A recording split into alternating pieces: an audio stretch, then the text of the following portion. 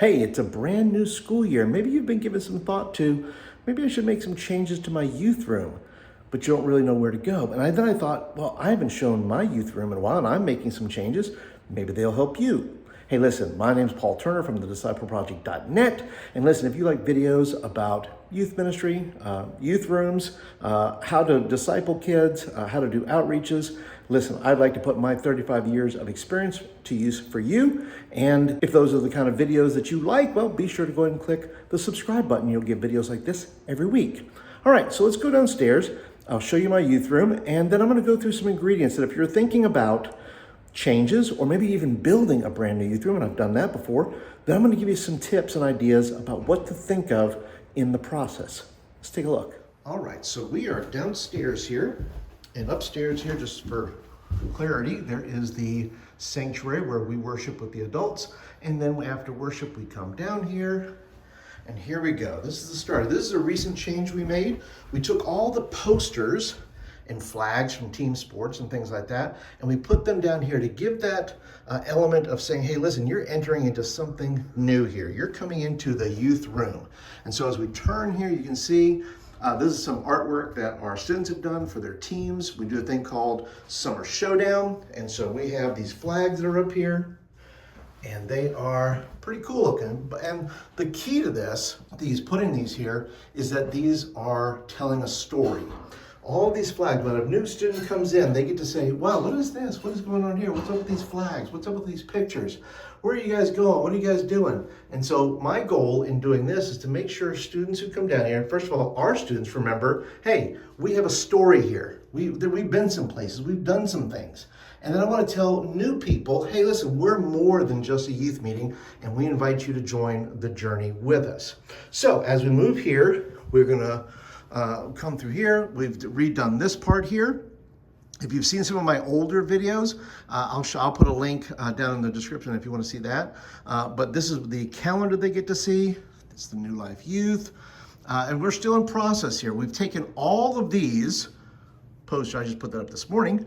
We've taken all these picture posters and taken them out of the main youth room and put them in the hallways here. You'll see that here in a second. We'll put up some of these pin boards here.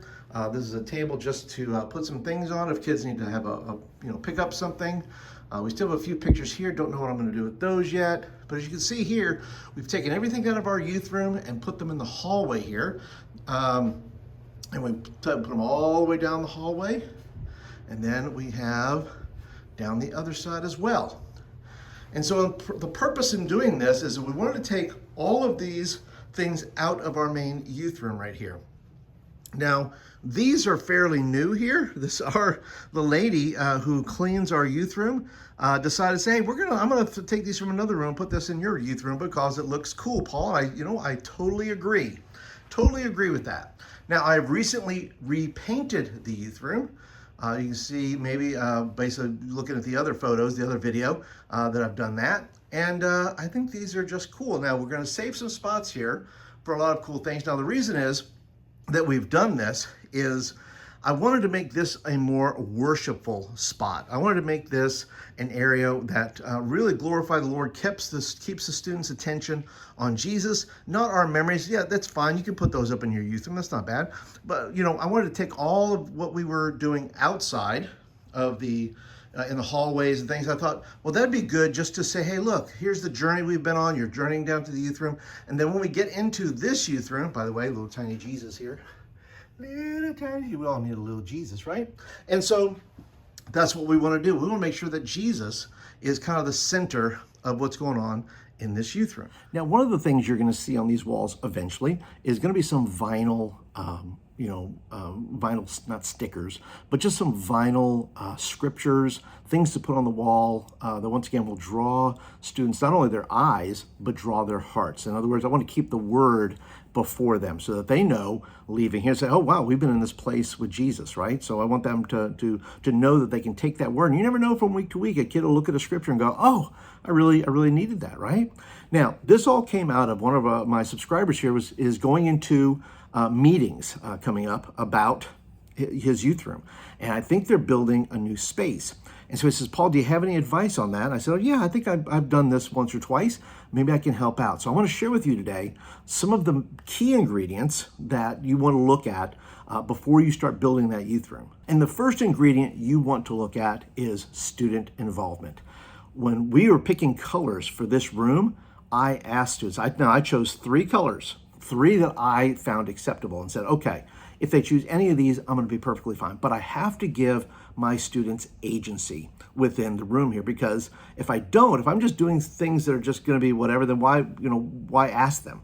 And so I'm going to choose a color they chose, and I did, and I came in, painted the room, and I think it looks pretty good.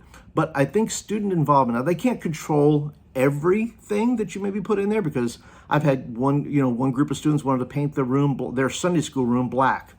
It was fine. We did that, and it was different, and it was whatever, but it was, hey, early aughts, so there you go. But I say student involvement, asking students, getting their input, choosing between colors, choosing which scriptures go on the wall, choosing what snacks are there in the room. All those kind of things matter, because you're getting students to say, hey, I'm involved. This is one of the worst things I've ever heard a youth leader say.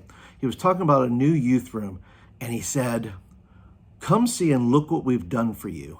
And I thought, that is the worst thing you could tell. The worst thing you could say to a student, look what we've done for you. In other words, you had no part in this. We, the church, the adults, we took all this money and we spent it on you to build a room that you had no part in, as if to say, like, if you don't come, you kind of owe us. And I'm like, that's not the way to do things. You have to get students involved in this. It's their youth room. It's their youth ministry. And if we're not doing it that way, listen, we're gonna get in trouble, because students are gonna be like, hey, I don't have any connection here. I don't have any part in this. I didn't do this. I didn't make that flag out there. I didn't put those pictures up there. I'm not in any of those photos, right? So if we're not asking students and getting students to be involved in the process, I think that's a big downside of doing your youth room. Because if you're going to go back to say to them and say, hey, look what we've done for you, it's not going to buy you any favor from them, right? The second thing you want to look at as you're building your youth room is internal data. Now, what is internal data? Well, your internal data is, how many students do you have coming? Do you find that the student youth ministry is growing? Do you have a positive sense from your students that they want to grow? Because a lot of churches build youth ministries or build youth rooms because they want to grow. The deal is this: if your students don't reach out now, just because you build them a youth room doesn't mean they're going to invite people later. And if it does, it'll be minimal. It really will. Because if you're not working on the hearts of students, if the hearts of the students are not ready to fill that room, if they're not willing to reach out, if they're not reaching out now, just because you build them a youth room doesn't mean they're going to reach out then. So I think you got to look at the internal data. Where are your students at spiritually? Where is, all those questions you have to ask, right? The second thing you have to look at is church data. Is your church growing? And some churches build youth rooms out of desperation. They build it because we got to attract new families, and we've got to attract, students. And so they'll build it once again in this kind of effort to say, hey, look what we've done for you. Doesn't matter. If the hearts of the students and if the hearts of the people in the church don't want to do that, don't want to see that, it's not going to happen. So if you're looking at church data, is your church growing? How's the giving in your church, right? Those kind of things you want to look at. And those are discussions you have with your pastor. And of course, hopefully they come to you and ask you, what do you think about, building a youth room, all that kind of stuff. But you got to look at the church data, not just youth data. You got to look at the church data. Is your church growing? Has it plateaued? And those type of things. Because if you're going to try to build a youth room to attract, but your church isn't willing to be a part of that process, if they're not going to invite adults to come to church, if they're not inviting church, then you can't expect your students to just go and say, well, those students will invite. And they say, oh, look, we've done our part, we've given our money, go your way. Once again, you may have minimal success short term, but I don't see long-term success in that. The third ingredient I think you have to look at in building your youth room is community data. What kind of community are you in?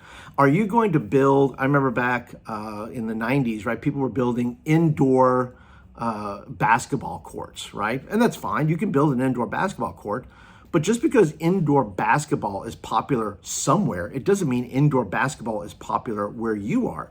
You have to look at the community. What is the community you're into? What do they do? Are they pickleball people, right? Say, okay, well, maybe we need to build a pickleball court somewhere outside as part of the youth room.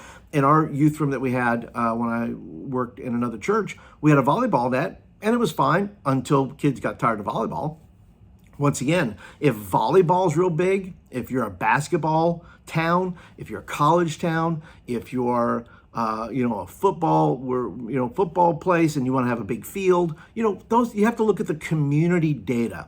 In other words, you're not building just for your students, right? You have to build towards the future, because if you're only building with your students in mind, guess what? They're gone in 4 years. Those kids who are going to build that are gone in 4 years, most of them, maybe less, depending, if they're seniors, juniors, middle school, whatever it is. You have to look at that kind of data and say, okay, what is our community always going to be about for the most part, right? I mean, we're a football town or a basketball town or a pickleball town, whatever it is. We've got to be in tune with what the community is doing, right? So we got to look at the community data and say, okay, we're going to build it around the fact that that we have students in our area who are very much into volleyball, very much into this or that, and we're going to somewhat try to maybe tap into that, right? Once again, not just sports, but whether it's, whatever it is, you got to look at your community. What are your students doing in your community? Another thing you got to do, ingredient, is prayer, and praying about it and say, well, Lord, what do you want to do with this youth room? What is this youth room going to do? What is it supposed to do? What is it meant to do? And so as you begin to pray through, you say, Paul, that should be number one. Well, my assumption is that you as a youth pastor are praying. That's, I hate to say that I have to assume that, but that's built in. That's, baked into the cake, I would think. That if you're not praying for your youth room, if you're not praying for your students, if you're not praying about those things, then why? Why are you doing it, right? So you got to have prayer as a part of that. Next thing, ingredient you got to have, budget. How much do you have to work with?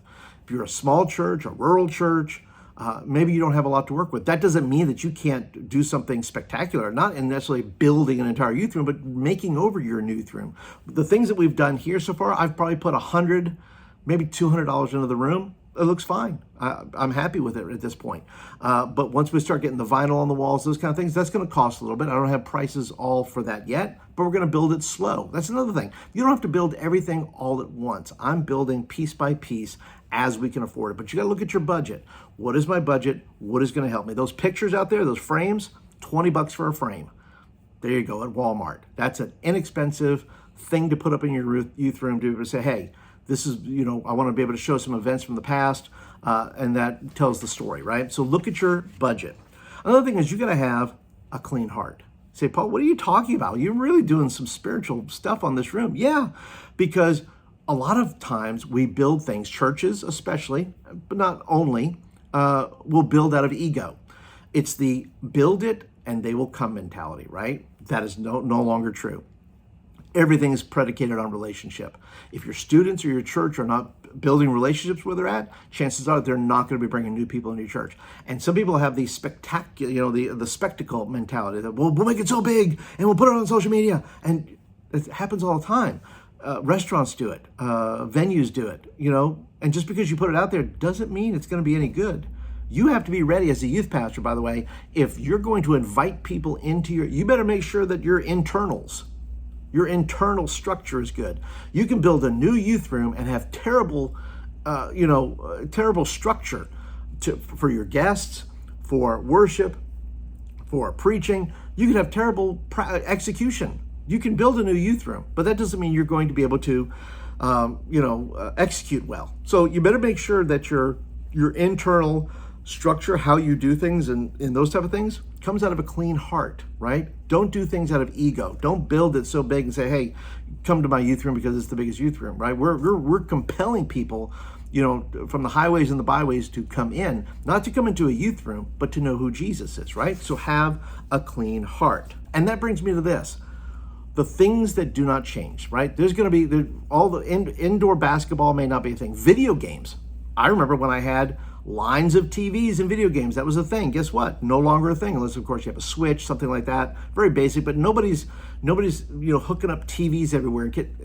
Some places, but it's not the trend. I remember when it was brand new and it was like, oh my God, we got to get video games there. And then that caused a whole lot of problems.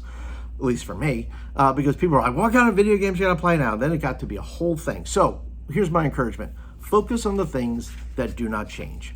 Eating does not change. I have a little snack, you saw over there, a little snack area, just a snack bar area.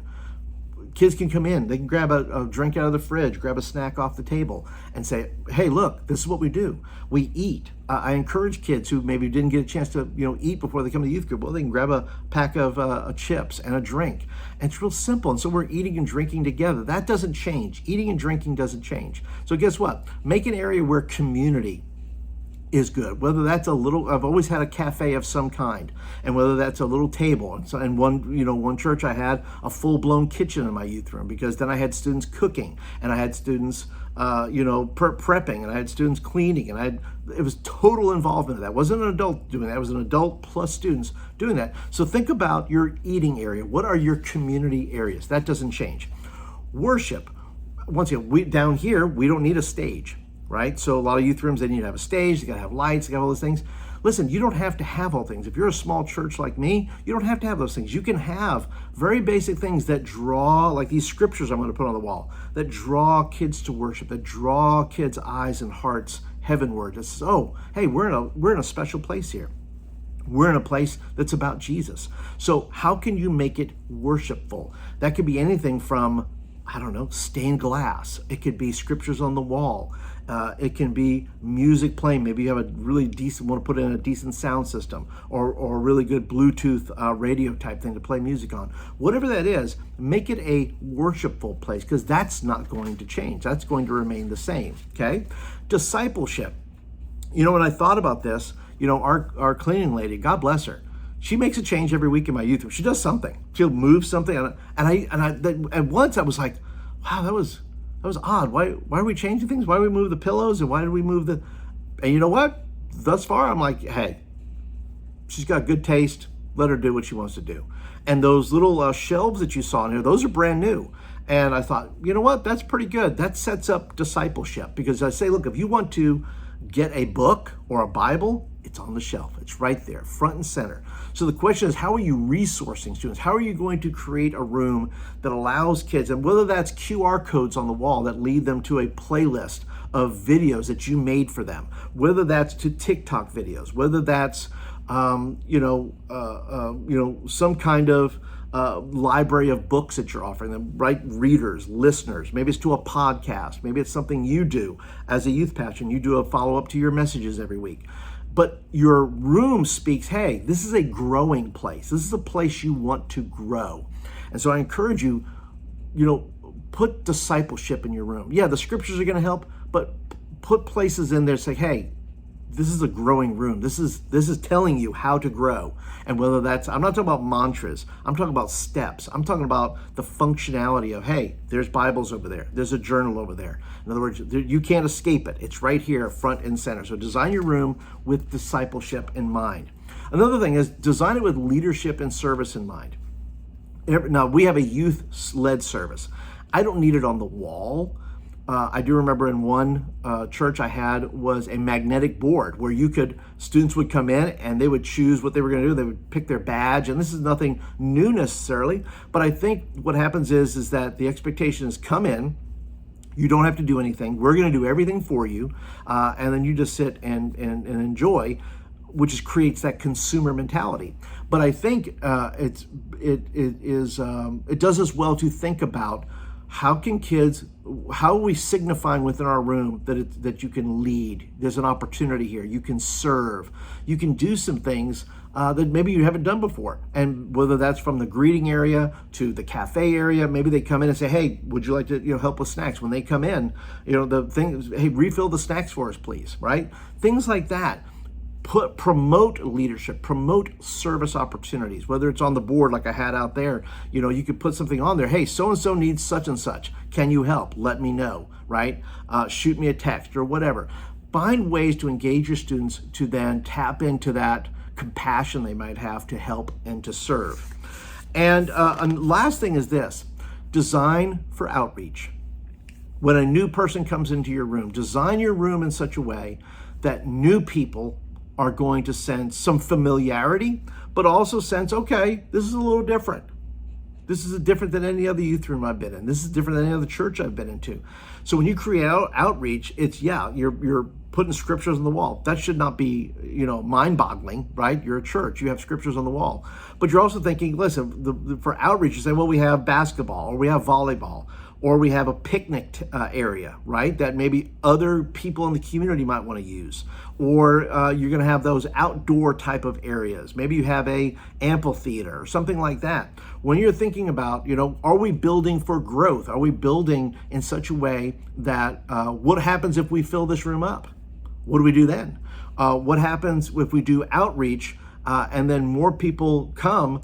What are we going to do, right? Do we have enough room for chairs? What kind of chairs are we going to use, right? These are things that we have to think about going forward, because we can't just build for the now. We have to build for the future as well. And so those are my tips. I've given you some ingredients. I've given you some of the core things that do not change.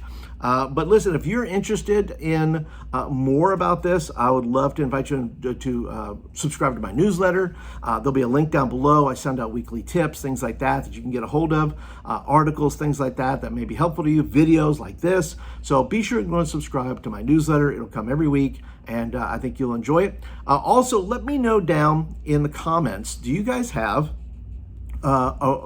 something? Are you doing a rebuild? Are you working on your youth room? Maybe you have something very specific that you want to ask about that. Well, I'd be happy to help if I can. Leave me a question down below. And listen, if you say, I need more ideas, Paul, please help me. Okay, good. I'm going to put a playlist right here that shows a lot of my old youth rooms. That's right here. You can see all the, because I like to document that. I've gone to other youth rooms, okay? And it's a series I did called More Than a Youth Room, where I visited other churches and showed off their youth room. So maybe you get some ideas from that. So watch some of those videos over there. And listen, you're a youth pastor, you need some games, right? So if you need some games, I'm gonna put a playlist right here, and you can get there's over 100 games there you can use for you. That's another thing. What kind of space, what kind of games are you gonna play in your youth room, right? That you gotta know when you're building it. I had concrete, I had like a marble floor, concrete floor, which if anything spilled, that's great, because hey, I can clean that nice and easy. If you're putting carpet in, well, I don't think you should do that. But that's just another thing to consider.